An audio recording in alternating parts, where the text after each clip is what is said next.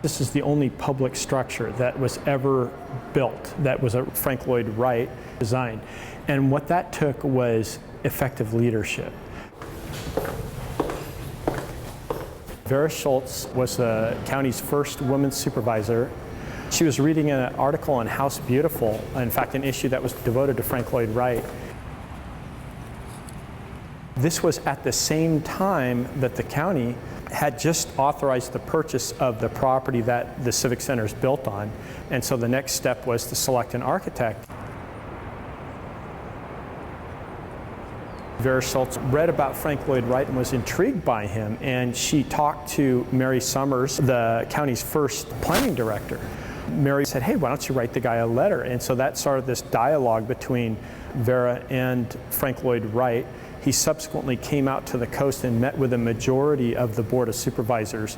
There was one supervisor who was kind of a good old boy, old school. He wanted to get a local architect, somebody who would come up with a more traditional design. The majority of the board, once they had a chance to interact with Frank Lloyd Wright, there was no question that he was the right man for this job. He was awarded the contract, and then unfortunately within a year he died. Groundbreaking had already occurred. So even though the board had actually voted at one point in 1960 to stop construction on the Civic Center, the good old boy said, wait a minute, we're just going to walk away from this building and turn it into a hospital. There was kind of this uproar, and the local paper took a poll and it ran 8-1 with thousands of people voting 8-1 to say, hey, we kind of like this building. We want it as our Civic Center. So being good politicians, they realized they were up against a pretty strong headwind, and a week later they voted to continue construction, and as we know, the rest is history. Frank Lloyd Wright was always somebody who wanted his structures to integrate with the land and rise out of it. When he visited the site, he basically announced, hey, I've got an idea for this design.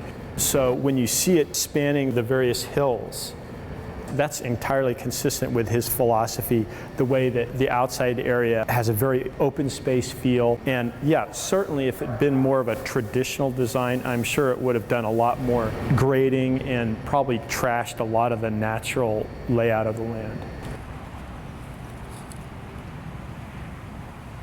This building floats out from the landscape into space.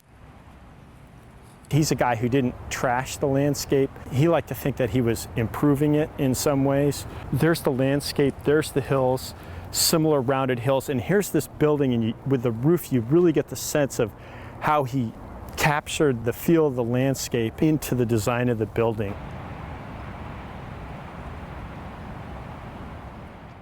You look at covers of Architectural Digest, you almost never see any context. Wright knew exactly where the landscape lay and designed the building to just flow out of it. And the length of each floor differs because of course it's coming out of the slope. I love these little mini gardens. Every floor has its own little open space and green landscaped areas. See, what's amazing too is this is like a little hothouse that you've got hibiscus growing there, and outside of a carefully tended greenhouse, you're just not going to get tropical plants like that. And this, of course, allows for natural air conditioning. It just sort of flows through there. This is a real Venturi, so on hot summer days, it's really marvelous the way you get the air stirring through here. I don't know for a fact whether or not this was originally planned to be uncovered, because I can't imagine in the wintertime that'll be much fun slipping and sliding around the corridors. In fact, this Civic Center is a proud example of one of Wright's sayings, where if it doesn't leak, you haven't pushed the architecture far enough. And so sure enough, every time we do get a heavy rainstorm, you'll see the buckets and the sponges soaking up water in various places to avoid hazards, but it's all part and parcel of the Civic Center. A lot of people describe this building as a 1,200-foot skyscraper laid on its side. And that also contributes to the very democratic feel of the structure. For example, if you go up 2 stories to the 3rd story there, and you've got the Board of Supervisors offices, and their chambers are at the very end there. We can have Supreme Court justices visiting this building, and they'll be visually interacting with interns. So it's something that's really neat, is you've got hundreds of feet of this long corridors, and you see people that otherwise in a 1,200-foot skyscraper you'd never even have a chance to interact with. That's the Board of Supervisors chambers. Something else that Wright did, and we'll see it when we go up one more floor, is he always felt that the capstone for all this civic enterprise and structure should be the library. So the seat of learning sort of trumps the politics.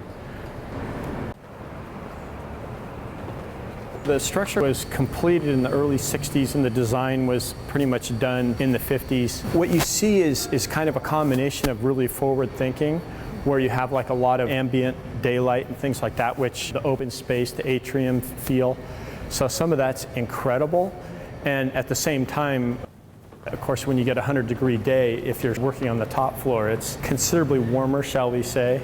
You know, that's something where you could probably say that the knowledge of how to work with ambient light has developed considerably since the 50s and 60s. And so you might do a couple things a little bit different, but overall, I mean, I love it. I mean, every day is something different. And every floor has it has a different light. That's one of the things that's absolutely incredible about this building. And it goes day by day, season by season, hour by hour.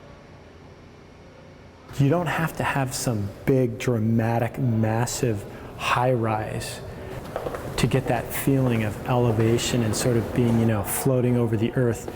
You know, you just pick your outdoor space carefully and situate it and design it such that you can just stand on the edge and get that same kind of vista feeling from it.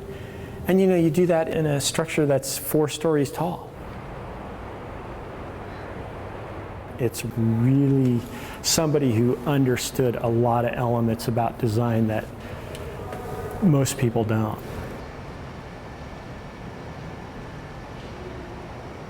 The guy who did the commencement speech for the groundbreaking said it's going to make employees tourists, and I've always been one of those people that kind of have that attitude towards the building.